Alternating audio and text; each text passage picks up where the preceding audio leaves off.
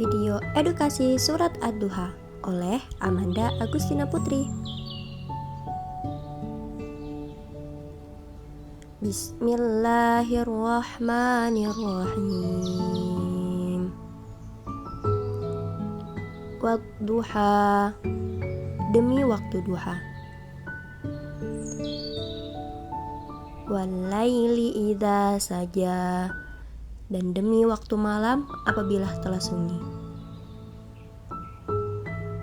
Ma wadda'aka rabbuka wa ma qala, Tuhanmu tidak meninggalkan engkau Muhammad dan tidak pula membencimu. Walal akhiratu khairul laka minal ula, dan sungguh yang kemudian itu lebih baik bagimu daripada yang permulaan.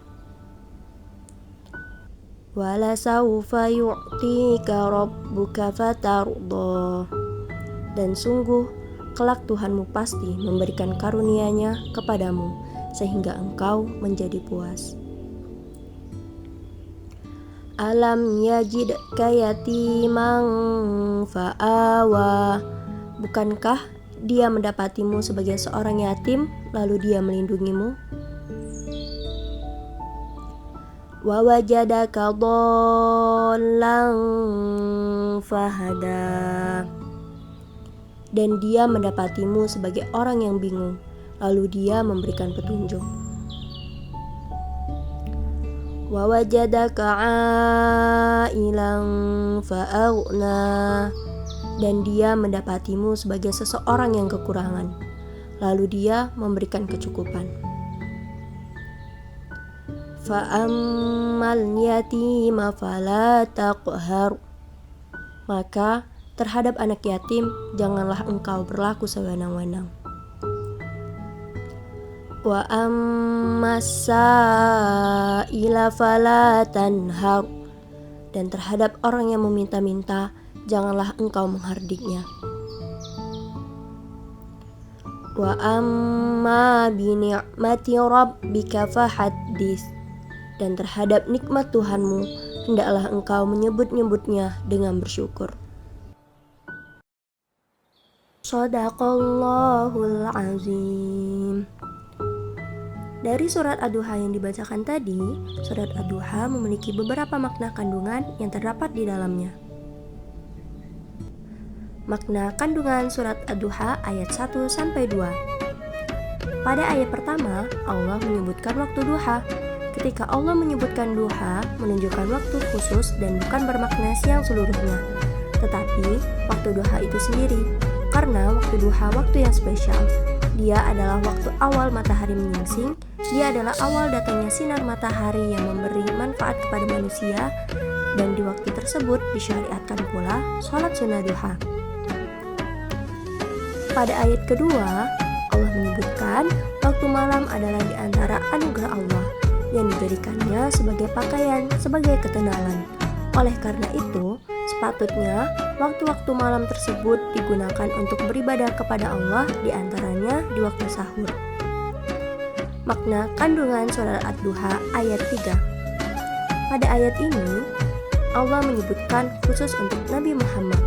Allah tidak pernah meninggalkanmu sejak Allah perhatian terhadapmu. Allah tidak pernah melupakanmu sejak mentarbiahmu dan memperhatikanmu. Bahkan senantiasa Allah mentarbiahmu dengan tarbiyah yang terbaik, dan Allah meninggikan derajatmu setahap demi tahap. Tafsir As-Sa'di di halaman 928. Makna kandungan surat Ad-Duha ayat 4-5. Pada ayat ini disebutkan bahwasannya Rasulullah setiap saat tingkatannya naik. Apa yang telah berlalu tingkatannya lebih rendah dari apa yang akan datang. Semakin berjalannya waktu, maka semakin tinggi kedudukan Nabi di sisi Allah dan semakin dekat dengan Allah. Sehingga kedudukan Nabi Muhammad di sisi Allah menjadi sempurna tatkala meninggal dunia. Allah akan memberikan sesuatu kepada Nabi yang dengannya Nabi akan ridho dan puas. Dan ini menunjukkan kesempurnaan kondisi Nabi Muhammad di akhirat kelak.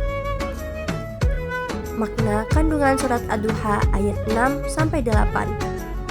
Pada ayat ini merupakan pengingat nikmat Allah kepada Nabi Muhammad SAW. Bukankah dia mendapatimu sebagai seorang yatim, lalu dia melindungimu, dan dia mendapatimu bingung, lalu dia memberi petunjuk, dan dia mendapatimu miskin, lalu dia memberi kecukupan. Makna kandungan surat Ad-Duha ayat 9-11. Pada ayat ini merupakan perintah Allah untuk berbuat baik terhadap sesama. Aku dan orang yang mengurus anak yatim berada di surga seperti ini. Beliau mengisyaratkan dengan kedua jarinya, yaitu telunjuk dan jari tengah. Hadis riwayat Al-Bukhari. Pada hadis ini, Nabi Muhammad menjelaskan bahwa orang-orang yang mengurus anak yatim akan berada di sisi Nabi di surga nanti sangat dekat. Selanjutnya, sebagaimana dahulu engkau tersesat, tidak mengerti akan ilmu dan iman, maka jika ada orang yang meminta bertanya ilmu kepadamu, maka janganlah engkau menghardiknya, akan tetapi lembutlah kepadanya dan berikanlah ilmu kepadanya. Demikian juga ayat ini umum, bukan hanya berkaitan dengan orang yang bertanya tentang ilmu. Maka apabila ada orang yang meminta-minta dan kita tidak mampu memberinya sesuatu, maka janganlah kita menghina dan menghardiknya. Akan tetapi hendaknya mengatakan kata-kata yang halus kalau kita memang tidak punya. Pada ayat ini Allah memerintahkan kepada kita untuk tidak menghardik orang yang meminta-minta, baik itu dia meminta ilmu atau meminta harta kepada kita. Pada ayat terakhir, Allah mengingatkan hendaknya setiap hamba mengingat-ingat atau menyebut-nyebut nikmat Allah yang diberikan kepadanya, baik itu nikmat agama maupun nikmat dunia. Dengan demikian, di antara bentuk menyebut nikmat Allah adalah bersyukur dengan nikmat Allah. Tidak sebagaimana sebagian orang yang kufur terhadap nikmat Allah dan selalu menggambarkan dirinya di hadapan orang lain sebagai orang yang kekurangan, agar orang lain tidak minta-minta kepadanya atau agar orang lain mengasihaninya.